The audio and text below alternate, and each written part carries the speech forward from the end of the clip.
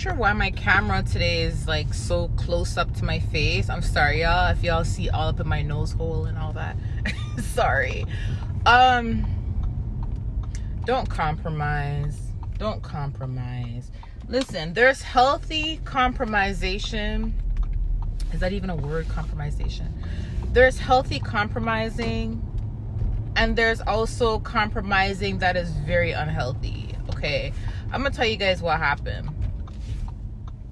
I received a word the other day about, I think it was like 4 or 5 days ago. It was about cheating, about someone being dishonest and someone cheating.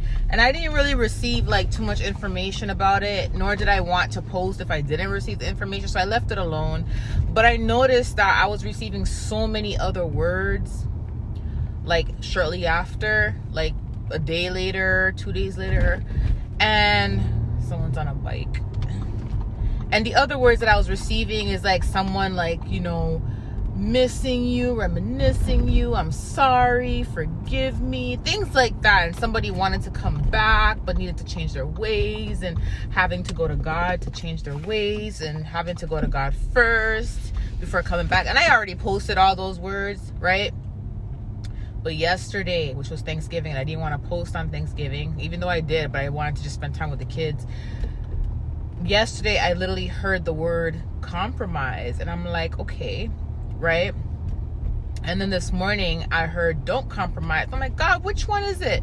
But he's giving me both, because he's saying there's healthy compromisation, but then there's things that you shouldn't compromise. And I just want to say that when God sends you someone in your life, okay, the healthy compromising is like, you have to understand that your partner is not going to be perfect. You have to understand that the person that's according to God's will for your life may not look like who you thought they would be. Of course, God is going to make sure you are attracted to this person. God is going to make sure that you do love this person. He's not going to give you someone that you don't love. He's not. You get what I'm saying? He is going to make sure that there is love there for this person. Like, you are in love with the person. But it may not be someone that you wrote a list about. Because some people, they'll write a whole list. Okay, my man gotta look like this.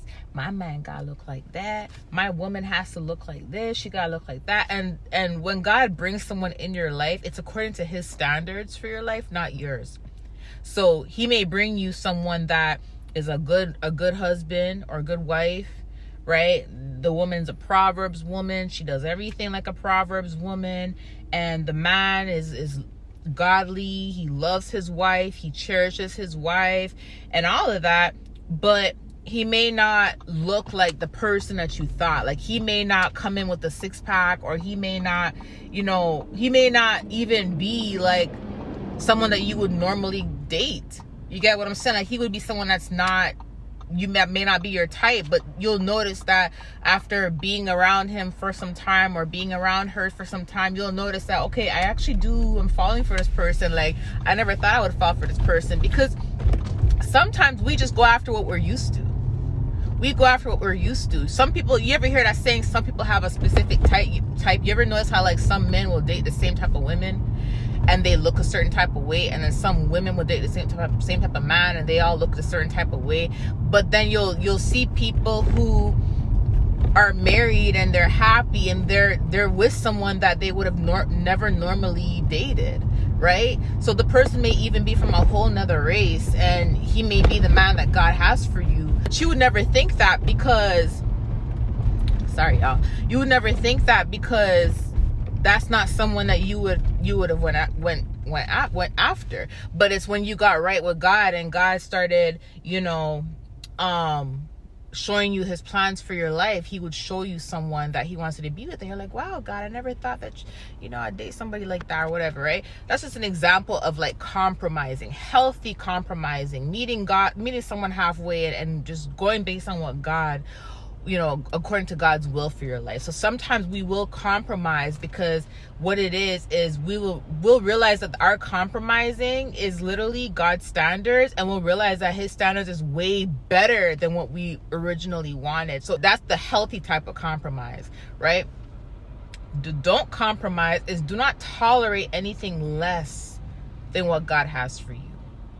Okay, so if God shows you something and he has a plan for you, do not compromise anything less than what he has for you. Okay, which means cheating is unacceptable. Unacceptable.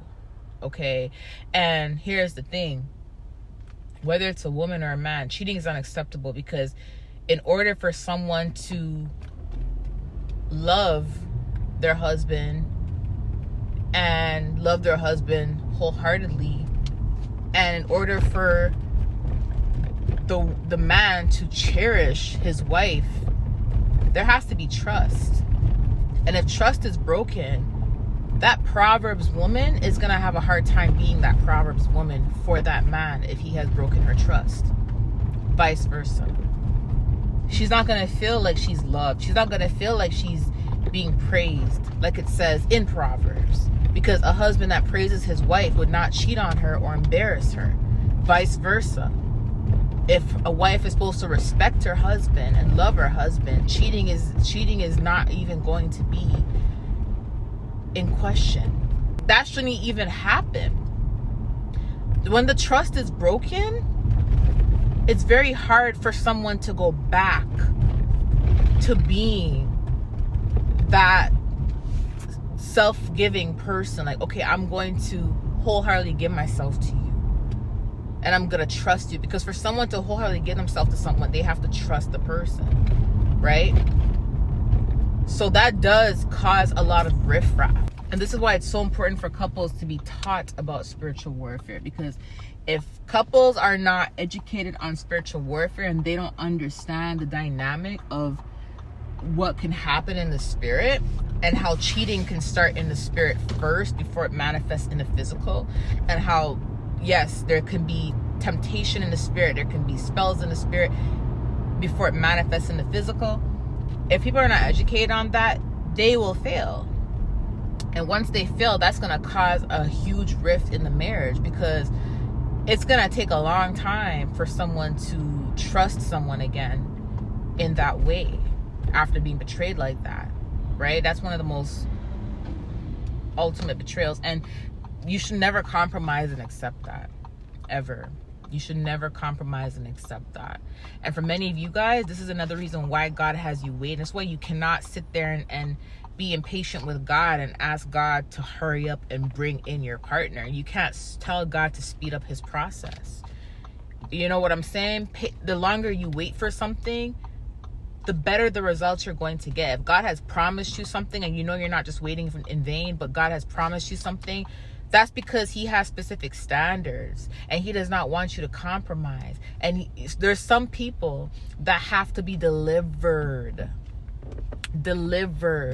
from certain spirits, from certain ways before they go into a marriage, so they can be that husband that God needs you to have, or be that wife that God needs you to have. If you rush the process and God sends in that man or that woman before it's even time, and they have all these things they have to work on, lust, spirit of lust, all these things they have to get delivered from, and God sends them in your life and they're not ready, then you're going to get heartbroken. And then you're going to be like, God, this person broke my heart. And God, when it's a person that God has ordained you to be with, divorce is not a question. Think about that. God is not going to ordain you to be with someone and then you guys get divorced. That would mean God is a liar. Many of us that got divorced in our past is because we were with someone that God did not approve of. When God sends you who you're meant to be with, divorce is not in the question. So this person has to come in correct. Right? So be patient with God and don't compromise and receive anything less than what God has for you. Okay? Do you understand? Even when it's someone that understands the connection that y'all have and they know you're their wife or they know you're their husband, but you guys have not come together in the physical yet, but you know that they may be doing things outside, they have to be delivered from all that before coming to you. They have to. Don't settle for less than what God has for you. Don't compromise for less than what God has for you. There's healthy compromising, which means, okay, God, everything that I wanted, I'm not really seeing it in the person, but this is the person that you have for me. And then you start to realize that they're better than what you even wanted, right? But then there's unhealthy compromising. And the more you stay in a situation where that is toxic and someone's cheating on you and lying to you, it's only going to get worse. It's only going to get worse. Because what happens, a lot of women will stay and be like, oh, I just pray that it's going to get better.